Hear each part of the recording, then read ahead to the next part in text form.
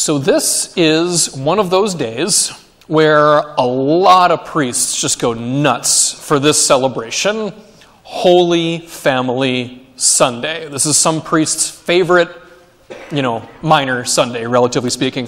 There are some priests out there who firmly believe, and rightly so, that building up the family is the secret to our future success as a church. All right? Family is key.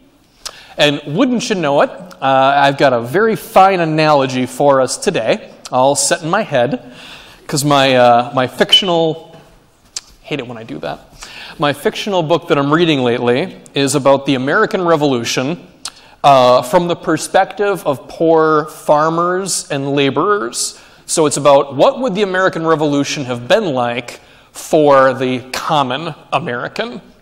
And it goes on to explain this by illustrating, first of all, what life was like in the first place for a common American in the 18th century. And many, if not most people of that time and place wanted nothing more than a homestead, a place to call their own. All right? And that means that it's more than just wanting a building to live in. All right? Having a homestead properly means they owned the land, they had animals, livestock, they had the buildings to go along with it, and a family. All right? They wanted their own domestic community that they built up themselves and that it would belong to them and their descendants forever. All right? That is a homestead. That dream was not shared by everybody, but that was one of the big ones out there. So, in this book, the main character is 16. He's newly married to the 16-year-old girl next door, and they are given a starter homestead in exchange for 2 years of his life in the local militia. So their starter home was a few acres in the forest, a shack big enough for 2 people, and a chicken coop. That was their starter home.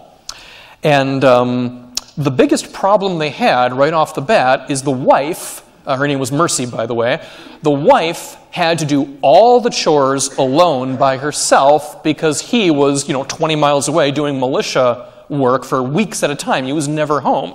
So alone, she had to tend to the vegetable garden. She had to collect the eggs from the chickens.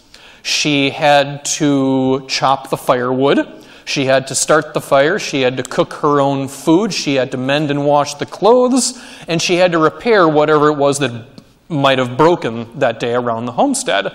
And her frustration wasn't the work. Her frustration was that she was alone.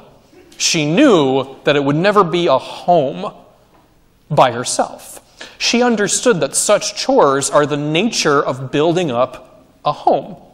It takes work every day. And, it's not so bad. With a good attitude and some nice weather, it's actually a very peaceful way of living. But there is this pressure that's always there in the back of your head. It's knowing that these chores are not optional. These are things that must be done, many of them every single day. If you don't chop firewood, you will freeze in the middle of the night. If you don't care for your food supply, you will run out of food. And the point here is a simple one. You will never have a home on this earth without work. You've got to build it up with sweat and tears and guts and heart and sweat. And I said sweat twice because it's not your own sweat you got to worry about. That's gross, but it's accurate. Anyway, so that's the nature of home. It is something you've got to build up. And Jesus most certainly understood all this with Mary and Joseph. They were, in fact, laborers. and they depended upon one another for the help they needed day by day. Joseph surely had Jesus assisting him in the workshop fairly frequently. Mary almost certainly prepared their food for all three of them. And, who knows? Maybe Jesus got sick every now and again and had to be nursed back to health by his folks. All these things build up a home.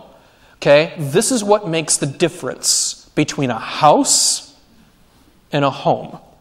The difference between a building and a place that you truly belong. My rooms at Holy Angels, that is a temporary dwelling. That is not a home. My mom never made pancakes in that kitchen. My dad has never forced me to paint the garage with him on a Saturday afternoon. Although that would be kind of funny if my dad just showed up at Holy Angels to do a painting job. I could see my dad doing that, actually, if he was bored enough. But, none of that ever happened. That is just a place I go to rest. It's where I keep my stuff. I was thinking about it. I actually haven't had a true home, full-time, since high school. Ever since college, it's been dorm rooms and temporary dwellings. And it's almost been exactly half of my life.